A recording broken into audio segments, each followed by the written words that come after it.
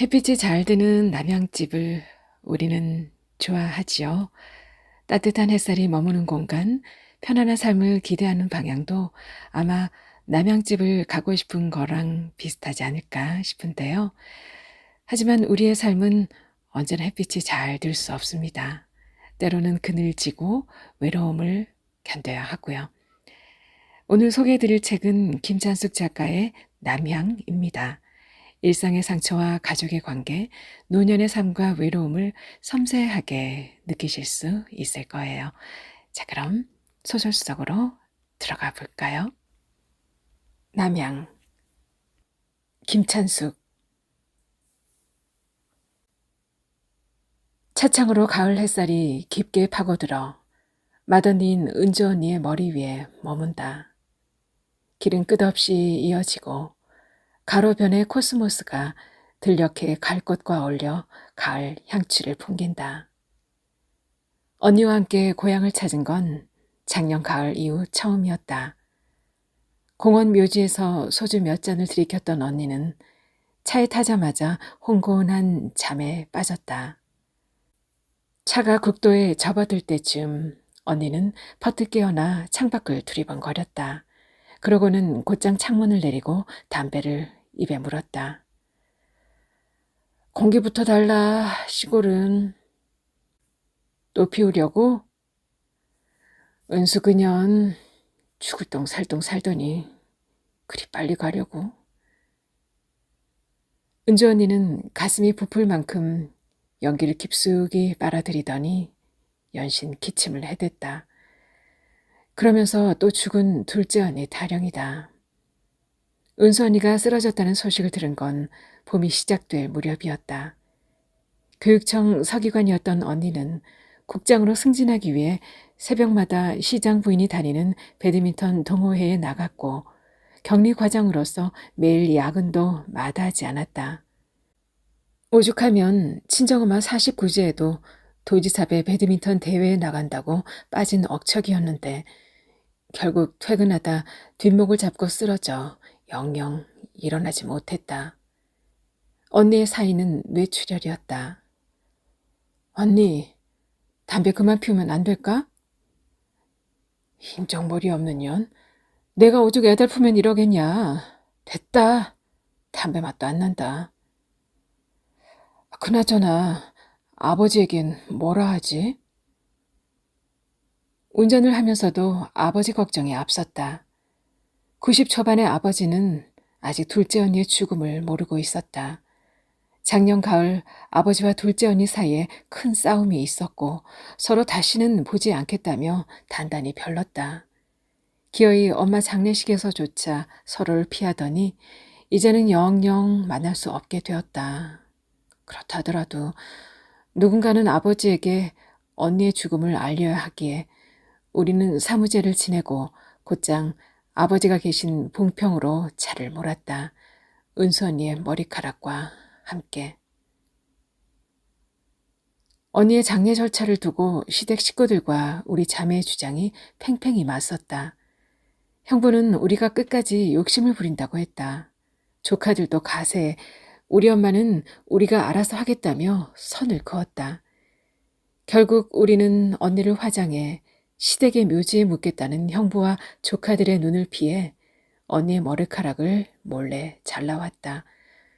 머리카락만이라도 엄마가 계신 태기산 자락에 묻어줄 요량이었다. 우리는 은수 언니가 죽어서라도 그렇게 좋아하던 엄마 옆에 있길 바랐다. 차창 밖으로 메밀의 고장 봉평이라고 적힌 이정표가 눈에 들어왔다. 그 곁엔 어김없이 메밀꽃이 심어져 있었고 다분히 의도적으로 심어진 꽃은 어딘가 철학 맞아 보였다. 너도 한 대 피울래? 언니는 좌석 깊숙이 몸을 파묻은 채 넌지시 물었다. 나는 고개를 가로저었다. 내게는 술은 마셔도 담배는 안 피운다는 철칙이 있었다. 언니는 곁눈질로 나를 홧깃거리더니 예의 그 잔소리를 늘어놓기 시작했다. 니는 술버릇 못 고칠 거면 차라리 담배를 피워라. 이게 사람을 차분하게 만들어준다니까. 남자들한테는 빌미를 주면 안 돼, 빌미를. 알았나? 집 나간 남편은 자주 나의 술버릇을 문제 삼았다. 내 술버릇이 고약해서 집에 들어가기가 싫다는 것이었다. 얼마나 떠벌리고 다녔는지 그게 은주 언니의 귀에까지 들어간 모양이었다. 나는 술만 마시면 치약을 온몸에 묻혔다. 치약이 더럽혀진 몸과 마음을 정화해준다는 믿음이 언제부터 내 머릿속에 자리 잡고 있었는지는 모를 일이다. 치약 범벅이 된 채 깨어나는 날들이 반복되었고 남편은 그런 나를 경멸스러운 눈으로 내려다봤다. 일말의 애정이나 안타까움이라곤 찾아볼 수 없는 나를 뼛속 깊이 증오하고 원망하는 눈이었다. 무엇이 나를 조급하게 만드는 것일까? 정을 붙인 이들이 하나둘 세상을 떠나고 제 시간에 오는 기차처럼 정확했던 생리주기는 자꾸만 연착하며 머지않아 폐경이 올 것임을 예고한다. 남편 옆에서 화사하게 웃는 젊은 여인은 이제 막 피어난 듯하고 우연히 들여다본 내 음무는 오래 물을 주지 않아 시든 꽃 같다. 아이들은 더 이상 나를 찾지 않고 뜨지 않았으면 했던 태양이 어김없이 떠오르고 이번 생의 민낯은 이미 완전히 들통났음에도 화장을 하는 날들이 계속된다. 여느 날처럼 보종 속옷에 살을 구겨 넣다 보니 문득 쉰이었다. 조수석에 앉은 언니는 멀뚱히 앞만 바라보고 있다. 전방엔 산을 끼고 도는 구불구불한 회색 도로가 끝없이 이어졌고 나보다 먼저 이 모든 순간을 지나온 언니의 옆모습은 죽은 엄마와 놀랍도록 닮아 있었다. 언니, 미안해. 네가 미안할 게 뭐 있나? 바람피운 놈이 잘못한 거지. 니는 잘못한 거 하나 없다. 아까는 내가 빌미를 줬다더니 그건 속상해서 하는 말이고 나한테 동생은 이제 니 하나뿐인데 내가 약 먹었나? 우리는 더 이상 아무 말도 하지 않았다. 멀리 해가 악을 쓰듯 빛을 발하고 있었다. 그때 나는 찌는 더위 속에서 걸레질을 하고 있었다. 늦은 밤까지 먹지도 자지도 않고 닦고 또 닦았다. 땀방울이 목선과 가슴골을 타고 흘러내려 바닥에 동그란 죄를 지었다. 나는 스스로를 자책하며 장판이 해질 정도로 걸레질을 했다. 집안 곳곳에 묻어있는 남편의 채취를 치우기 위함이었다. 남편 옆에서 화사하게 웃고 있는 젊은 여자가 떠올랐다. 남편이 구한 오피스텔 소파에서 그이와 정사를 벌이는 젊은 여자의 가느다란 허리와 엉덩이의 곡선이 밤마다 나를 찾아와 괴롭혔다.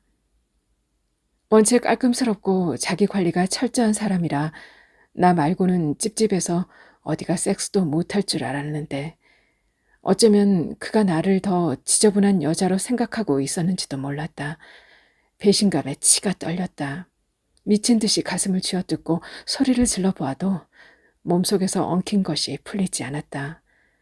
수면제 없이는 잠들 수 없는 나날, 내 곁에 누군가 있었다고 속삭이는 텅 빈 옷장, 그리고 47의 여름이었다. 나이를 먹는다는 것은 얼마나 많은 망각의 강을 건너는 과정일까? 그리고 그것이 망각의 물인 줄도 모르고 자꾸만 떠마시게 되는 이 목마름. 내 젊음에 대한 보상도 없는 이 상실감은 어떻게 설명해야 하는 것일까? 어린 시절 어느 여름날 오후에 막연하게 고향 동네 어귀를 걷다가 그 자리에 정신을 잃고 쓰러졌을 때 느꼈던 그 향기는 앞으로의 삶에 대한 막연한 암시였을까? 그런 면에서 죽은 은수 언니는 나와 달랐다. 언니는 우리 집에서 가장 반듯하게 살아가는 모범생이었다. 학교 선생을 하던 형부를 만나 착실히 살림을 꾸렸고 고시 공부를 하면서도 아이 둘을 별탈 없이 키워냈다. 언니 삶의 가장 큰 굴곡이 죽음이라는 사실이 나를 종종 감상에 적게 했다. 왜 언니는 뒤를 돌아보지 않았을까? 돌아보지 않으니 후회할 일도 없었겠지만 다만 몇 개의 이정표로 기억되는 삶이란 얼마나 쓸쓸한가.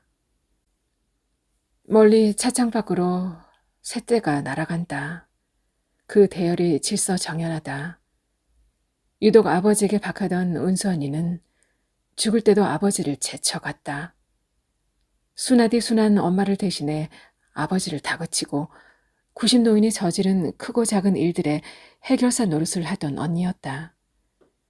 살 날이 얼마 남지 않은 노인네니 이해하자는 맏언니와 나와 다르게 은수 언니는 아버지의 방종을 두고 보지 않았다. 두 사람의 기싸움에 있어 우리는 철저한 방관자였다. 아버지와 은수 언니의 마지막 만남은 작년 가을로 거슬러 올라간다. 아니 아버지, 보청기하라고 준 돈을 다방년한테 주면 어떡해? 아버지는 듣고 싶지도 않아? 자꾸 왜 그러냐고. 아버지는 언니의 말을 잠자코 듣고 있다가 이내 오른쪽 눈썹을 찔르기기 시작했다. 그건 아버지가 언니의 말을 못 알아듣고 있다는 뜻이었다. 언니는 우라통이 터지는지 주먹으로 제 가슴을 팍팍 내리쳤고 아버지는 그런 언니를 곁눈질로 흘겨보며 뭐라 중얼거렸다. 간간히 연 소리가 들려오는 것으로 보아 은수 언니의 욕을 하고 있는 게 분명했다. 와중에도 은주 언니는 그래도 우리 아버지가 남자긴 남자인 모양이라며 연신 웃었고 은수 언니는 그런 큰언니의 명치를 팔꿈치로 쿡 찌른 뒤 그럼 어머니는 여자가 아니냐며 되받아 쳤다. 은주 언니는 할 말이 없어졌는지 엄마의 눈치를 살피다 이내 발바닥을 극적거렸다. 엄마는 누런이를 드러내며 실없이 웃고 있었다. 하지만 그 웃음이 진심이 아니라는 것쯤은 누구나 알 수 있었다. 아버지를 말려달라고 은수 언니에게 전화를 건 것도 엄마였으니 아버지는 그런 엄마의 속을 아는지 모르는지 자신의 앞에서 주거니 받거니 떠들어대는 자식들의 모습을 멍하니 바라보고 있을 뿐이었다. 재작년쯤부터 아버지의 귀가 급격히 나빠지기 시작했다. 나이가 들어 자연스레 발병한 노인성 난청이라는 게 의사의 소견이었다. 어쨌든 한번 나빠지기 시작한 귀는 점점 심해져 갔고 이제는 몇 번이고 되묻고 되물어서야 간신히 알아들을 수 있는 정도에까지 이르렀다. 워낙 말하기를 좋아하고 떠돌아다니기를 좋아하는 노인네니 귀가 안 들리는 게 얼마나 답답했을까. 결국 아버지는 은수 언니를 졸라 자신의 귀 좀 들리게 해달라고 협박 아닌 협박을 했고 직장까지 찾아와 졸라대는 귀먹은 노인네의 행태에 형부 몰래 거금 300만 원을 고스란히 내주었다. 그러나 일주일 뒤에 아버지가 다방 마담에게 홀려 300만 원을 홀랑 뺏겼다는 엄마의 제보로 우리 세 자매는 결국 한자리에 모였다. 은수 언니는 참다 못해 자리를 박차고 일어섰다. 안 되겠어. 내가 가서 돈 돌려받고 올게. 어디 빼먹을 게 없어서 기먹은 노인네 보청기 할 돈을 넘봐. 아버지는 언니가 무슨 말을 했는지 알아듣지도 못하면서 여전히 날카롭게 날이 서 있는 동물적 육감으로 흘러가는 판세를 대충 읽어낸 듯 했다. 상황 파악이 된 아버지는 냉큼 자리에서 일어나 거세게 반발하며 언니를 뜯어말리기 시작했다. 내가 좋아서 중가라느니 내 체면을 좀 생각해 보라느니 일주일 뒤에 돌려받을 거라느니. 아이고 아버지 90 먹은 노인네가 다방 들락날락거리면 사람들이 욕해요 욕. 딸 버린 여자들이랑 뭘 어쩌려고 그래요. 가서 저희가 잘 타이를 때니까 아버지는 여기서 가만히 계셔요. 알았죠? 은선이가 힘주어 말하자 아버지는 잠시 침묵하다가 그럴 바엔 차라리 자기가 직접 전화를 넣겠다며 바지 주머니로 손을 집어넣었다. 지퍼가 달아 허리띠로 간신히 고정시킨 양복 바지가 한번 출렁하더니 곧 낡은 폴더형 휴대폰이 아버지의 손에 딸려 나왔다. 아버지는 당당한 태도로 무수히도 눌러왔을 전화번호를 척척 눌러갔지만 몇 번 통화 연결음이 이어지자 이내 손을 벌벌 떨기 시작했다. 곧 휴대폰 너머로 앵앵대는 여자의 목소리가 울려 퍼졌고 은수 언니는 아버지 휴대폰 가까이로 귀를 갖다 댔다. 척 들어도 산전수전 다 겪었을 목소리였다. 엄마에게만은 언제나 강경하고 단호하시던 아버지는 고작 핸드폰 너머의 목소리 하나에 수줍은 소년 마냥 쭈뼛대고 있었다. 엄마는 그 꼴을 더는 못 보겠는지 냉큼 고개를 돌렸다. 황마담. 통화가 계속될수록 아버지의 어깨는 점차 움츠러들었고 아버지는 이해하지 못한 말들을 다 이해한 척 기계적으로 고개를 끄덕였다. 자식들의 눈치를 살피던 아버지는 잠깐만 하며 이내 방문을 닫고 나갔다. 문이 닫히자마자 엄마는 줄곧 닫고 있던 입을 열었다. 집얼은 난 못 준다고? 옛날이랑 똑같아, 저 양반은. 엄마의 말에 나와 은주 언니는 정말 여러모로 대단한 노인네라며 슬쩍 농을 던졌다. 그러자 은수 언니는 우리 둘에게 날카로운 눈초리를 보냈다. 니들 아버지에게 시집을 갔던 게 18이요. 엄마는 연불처럼 운을 뗐다. 아버지는 장가든 지 얼마 되지 않아서부터 집 밖으로 나돌아다니기 시작했단다. 90의 나이에도 저리 혈기왕성한데 그때는 어땠는지. 엄마는 고개를 설레설레 저었다. 지난 60여 년의 결혼 생활 중 선명하게 기억하는 것이라곤 시어머니의 모진 시집살이와 신랑 없는 방을 지키며 들었던 개구리의 울음소리뿐이라고 넋두리를 했다. 결국 20도 채 안 된 나이에 뒷방 늙은이 취급을 받던 엄마는 아버지의 관심을 얻기 위해 무던히도 애를 썼다. 그 어린 나이에 낯선 집에서 낯선 신랑과 낯선 시어머니 사이에 껴 엄마가 느꼈을 서러움과 외로움을 떠올리자니 괜히 가슴이 뭉클했다. 가끔씩 집에 들렀던 아버지는 습관처럼 엄마를 찾았고 엄마는 기다렸다는 듯 덥석덥석 아이를 가졌다. 어쩌면 우리를 키워냈던 건 애틋한 모정이 아니라 질긴 오기였을지도 몰랐다. 엄마는 총 7명의 아이를 임신했고 그중 우리 셋을 낳았다. 그러는 동안 아버지의 관심은 엄마에게 7번 짧게 들러붙었다 떨어졌고 3번 길게 들러붙었다 떨어졌다. 슬픈 산수 노름이었다. 엄마는 지난 세월을 떠올리며 헛헛 웃음을 흘렸다. 벼랑강 방문을 열고 들어온 아버지가 꼭 오줌 싼 초등학생 마냥 제 발등만 내려다보며 무어라 중얼거렸다. 황마담이 다음 달에 준대. 아버지의 말에 방 안은 재차 시끄러워졌다. 은선이는 내 인연을 당장 만나고 오겠다며 문 쪽으로 걸어 나갔고 그 뒤를 은주 언니가 따라 붙었다. 후다닥 뜀박질을 하는 언니들과 용케 그걸 알아챈 언니들을 잡으러 뜀박질을 하는 귀먹은 아버지를 엄마는 열린 문틈으로 불구경하듯 바라보고 있었다. 나 또한 그들을 따라 은하수 다방이라는 간판이 달린 곳까지 뜀박질을 했다. 내가 다방에 들어갔을 땐 이미 은수 언니와 황마담이라는 여자가 팽팽히 대치 중이었다. 세상에 별 개놈 잡놈 다 붙어먹은 나 황마담이야. 니들이 떼거지로 와도 눈 하나 깜짝 안 한다 이거야. 배운 것들이 괜히 욕보지 말고 아버지 간수나 차례 인연들아. 애비 쓰라고 준 돈이면서 왜 이제와 참견질이야? 아이고, 그래서 90노인 돈을 떼먹어요? 경찰 불러야겠네? 경찰?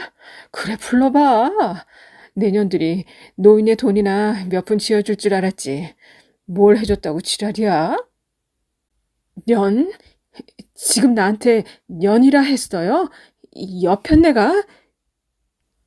그래, 년이지. 놈이냐? 성질 같아선 쌍판 확달 긁어놓으려는 거. 내년 아버지 얼굴 봐서 참는 거야. 애초에 결과가 정해진 싸움이었다. 여중, 여고, 여대를 나와 국가의 녹을 먹고 사는 범생이 은수 언니가 산전수전 다 겪은 황마담을 말싸움으로 이길 수 없는 노릇이었다. 황마담은 은수 언니의 당황한 기색을 보고는 신이 났는지 과장된 몸짓으로 위협을 해댔다. 결국 언니의 분풀이는 아버지에게로 향했다. 아이고, 아버지, 나 다신 아버지 얼굴 안 볼래요. 이제 나한테 돈 달라고 오지도 마세요. 은수 언니는 괜스레 욕만 잔뜩 먹고 그 길로 집을 나섰다. 그게 아버지와 은수 언니의 마지막 대화였다. 요즘도 아버지는 서로 눈물을 뚝뚝 흘리며 귀가 안 들린다고 쭝얼거렸다. 그러나 이제와 누구에게 보청기 이야기를 하겠는가. 은수 언니도 없는 마당에. 우리가 봉평집에 도착한 때는 오후 4시였다. 집안은 고요했다.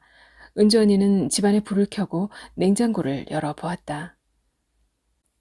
이 노인네는 도대체 뭘 먹고 사는 거야? 도무지 사람 사는 집 같지가 않아. 걱정 마. 아버지가 어디서 굶어 죽을 위인은 아니잖아.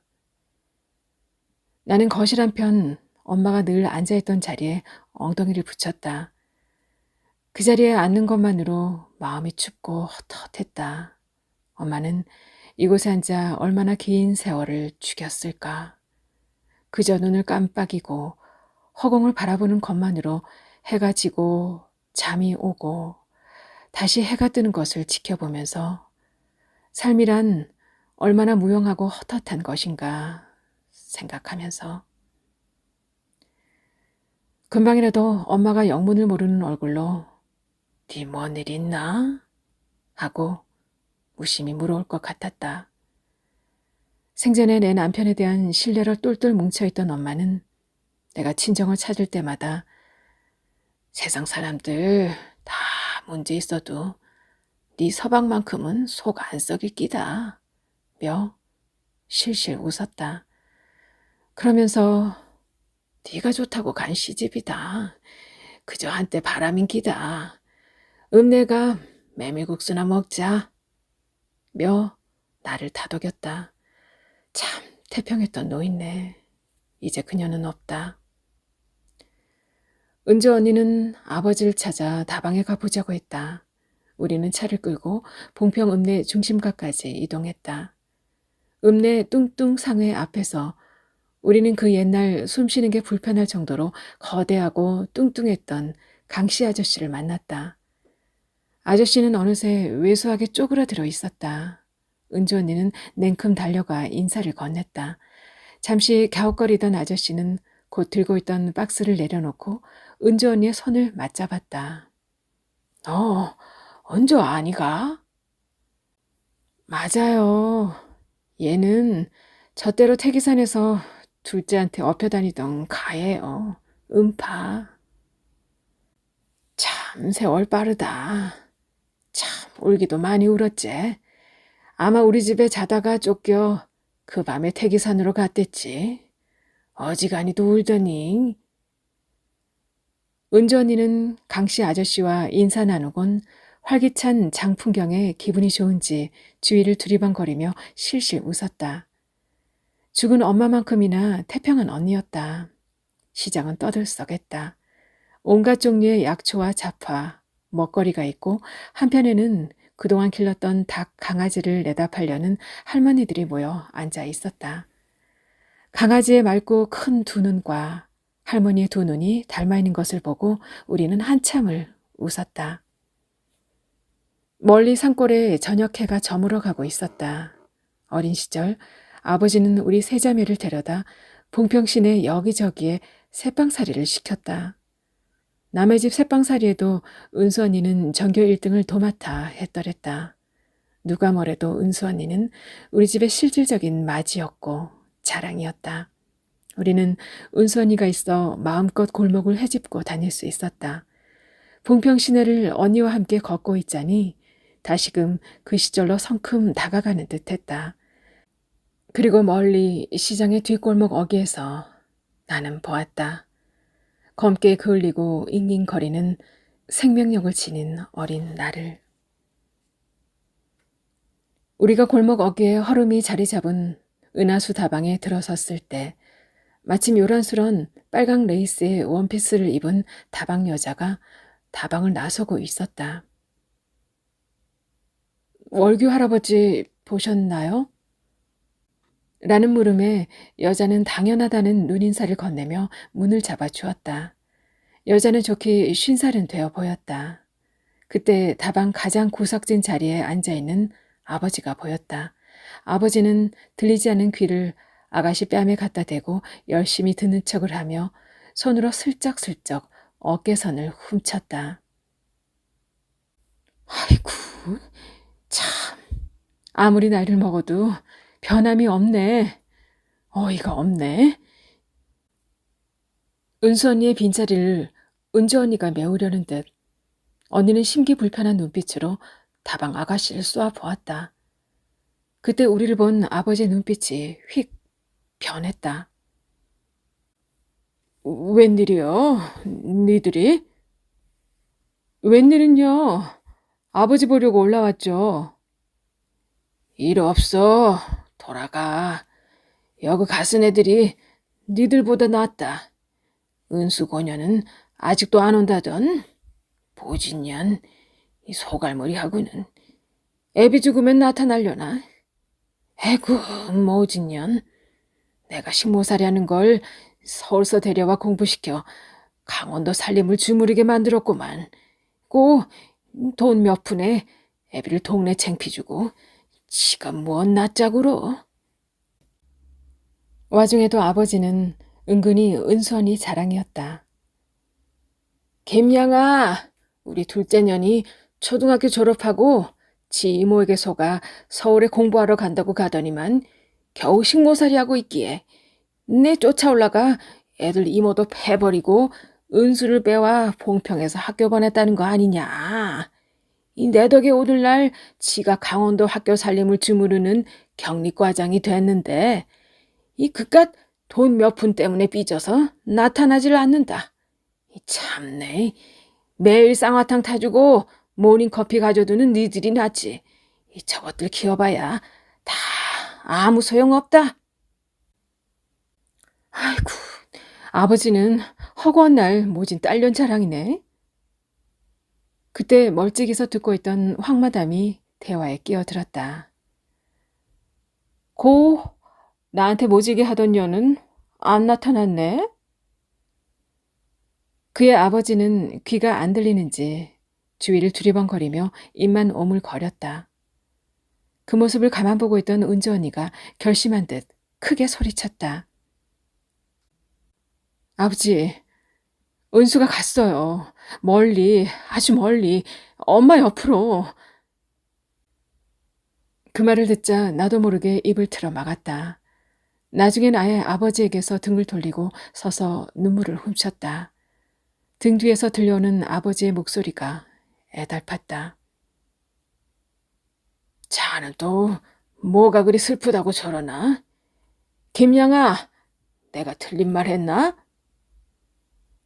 은주 언니가 손짓 발짓까지 해가며 은수 언니 소식을 전했으나 아버지는 눈만 끔뻑 거렸다. 저거 뭐라 하나? 김양아, 누가 어딜 간다고? 은파가 어디 먼데 간다고 우는 게야? 은주 언니의 말에 황마담도 아가씨도 침묵이었지만 아버지는 아직도 상황을 파악하지 못하고 자꾸 김양을 보며 되물었다. 누구도 선뜻 나설 수 없는 안타까운 광경에 황마담은 이내 이마를 짚으며 곡소리를 냈다. 아이고, 아버지는 어쩌라고. 눈만 뜨면 둘째 딸년 자랑인데. 아이고, 우리 아버지 어쩌나? 천호인의 불쌍해서 어쩌나? 내 못 산다 아주. 우리 할배 쓰러질 낀데. 아이고.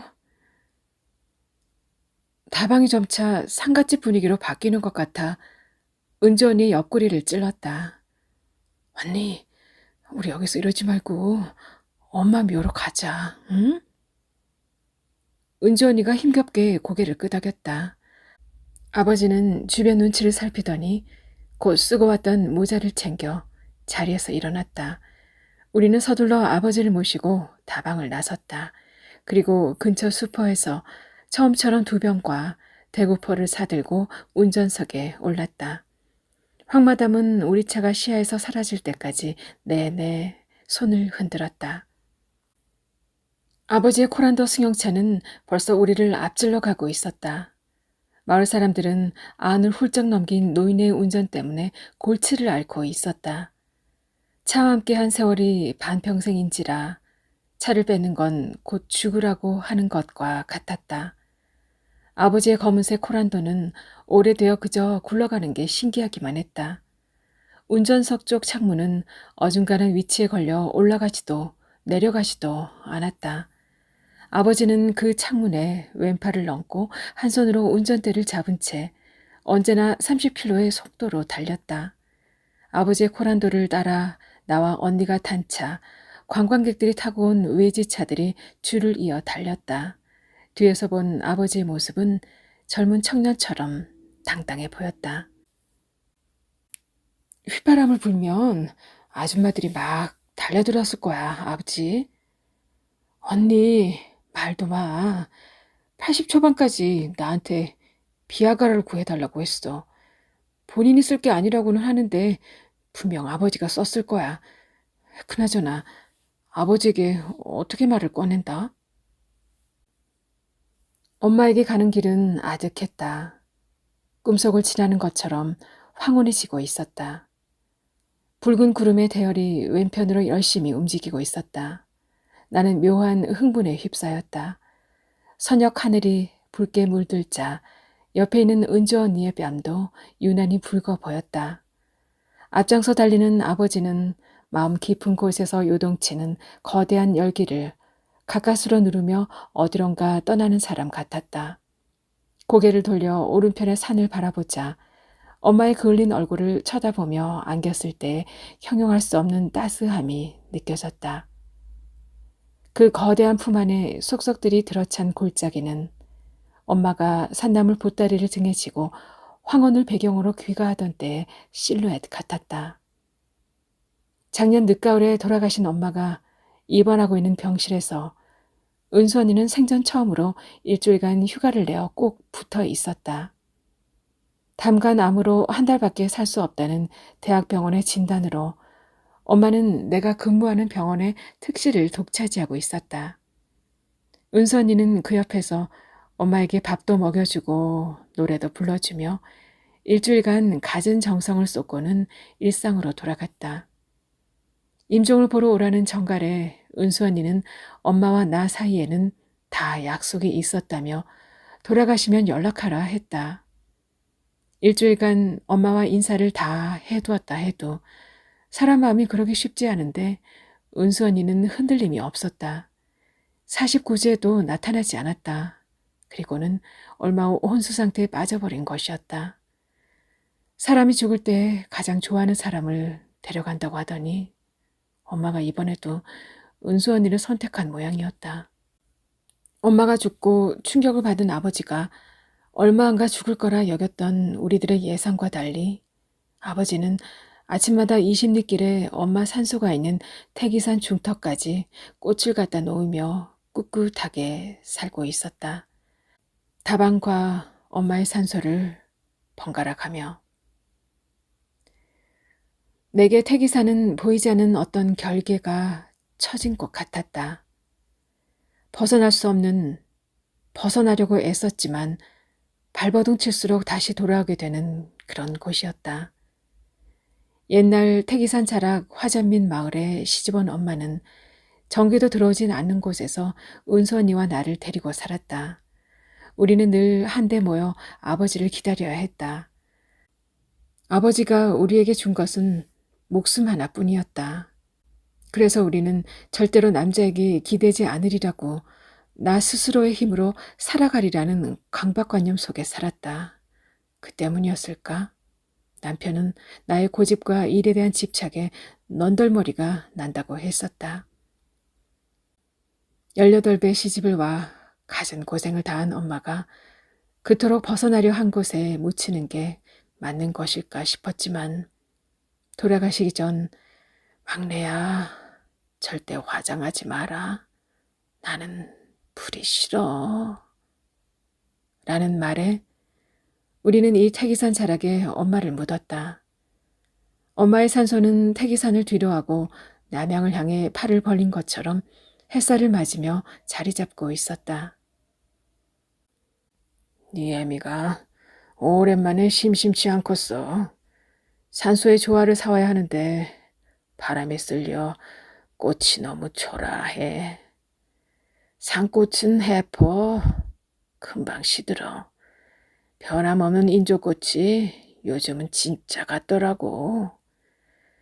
그리고 내가 면회 가서 네 엄마 산소까지 시멘트 쳐달라고 한 달을 졸라서 엊그제 공사가 끝났어. 참 좋은 세상이여. 나라에서 이렇게 산길을 고속도로로 만들어 불고. 아버지는 산소에 도착하자 끊임없이 중얼거렸다. 얼마나 말을 하고 싶었을까. 붉은 노을을 등진 아버지가 밝게 웃었다. 여기 요 자리가 내 자리여. 꼭 합장해줘. 엄마가 싫다 할 텐데요. 아이고, 저 세상에서 잘해줄 거구만. 웬 놈의 풀이 이리도 잘 자라는지. 어여, 절들 해라. 아버지가 맨손으로 풀들을 쥐어 뜯었다. 푸른 힘줄이 툭 붉어졌다. 수그러들었다. 나는 가져간 호미로 엄마 산소앞 묘지석 옆에 땅을 팠다. 뭐요? 보석이라도 묻는겨? 아버지는 혼자 중얼거리더니 곧 돗자리에 올라앉았다. 이거 술 한잔 남은 거 주라. 가득 따라. 아니, 아버지 술 안 드시잖아요. 웬일이에요? 은주 언니의 물음에 아버지는 대꾸도 않고 한 잔을 단숨에 비웠다. 한 잔 더. 막내 술 잘하지? 니도 한 잔 받아라. 아버지, 저 술 먹고 데모한다고 신발짝 날린 거 기억나요? 내 농담에 헛웃음을 짓던 아버지는 곧 웃음을 거두었다. 그러더니 한참 제 미간을 매만지다가 갑자기 눈물을 뚝뚝 흘렸다. 그 광경을 본 언니와 나는 아무 말도 하지 못하고 고개를 떨어뜨렸다. 나뭇가지에 앉아있던 새가 고개를 갸우뚱하다 공중으로 치솟았다. 나뭇잎의 흔들림이 옆으로 번져가며 웅성거리는 소리를 냈다. 모든 것을 알아챈 숲이 소란해지는 동안 아버지의 왜소한 어깨가 위아래로 들썩거렸다. 은주 언니는 말없이 아버지의 빈잔에 술을 따랐다. 아버지는 가장 아끼던 피부치의 죽음을 온몸으로 견뎠다. 그래, 둘째 어디다 묻었나? 아버지가 오랜 침묵을 깨고 입을 열었다. 은수 화장했어요. 화장을 했다고? 아니요, 여기에 묻어줄 거요. 내 당장 올라갈 거구만. 데려올게요. 옛날에도 내가 서울 가서 데려왔어. 얼마나 고마워했는데. 여태 너들은 못하고 있었어. 너희 피묻이 태기산에 묻어야지 이것들아. 태양이 힘겹게 서녁 하늘로 넘어가고 있었다. 아버지의 붉은 눈처럼 묘지가 황혼에 물들어 처참하게 보였다. 연거푸 마신 술 때문인지 아버지는 웃는 듯도 우는 듯도 한 표정으로 끊임없이 앓는 소리를 냈다. 에고, 에고. 그러고는 술 기운인지 이내 자리에 누워버렸다. 나 또한 커피잔에 따라 마신 소주 탓인지 얼굴이 붉어지고 열이 올랐다. 아이고, 나도 모르겠다. 나도 아버지를 따라 누워버렸다. 그러자 저 멀리서 엄마가 달의 보따리를 굴리며 산을 내려오는 모습이 보였다. 그 너머로 곱사등이처럼 힘겹게 걸어오는 은수 언니가 은수 언니의 등에 업혀 안흥동 젖대러 가요 하며 끊임없이 조잘거리는 내가 보였다. 저녁해가 우리 뒤로 따라 붙었다. 이제 태기사는 모든 결계를 풀고 봉인을 해제하려는 듯 불타고 있었다. 멀리 남향으로 마지막 햇살이 찾아 들었다.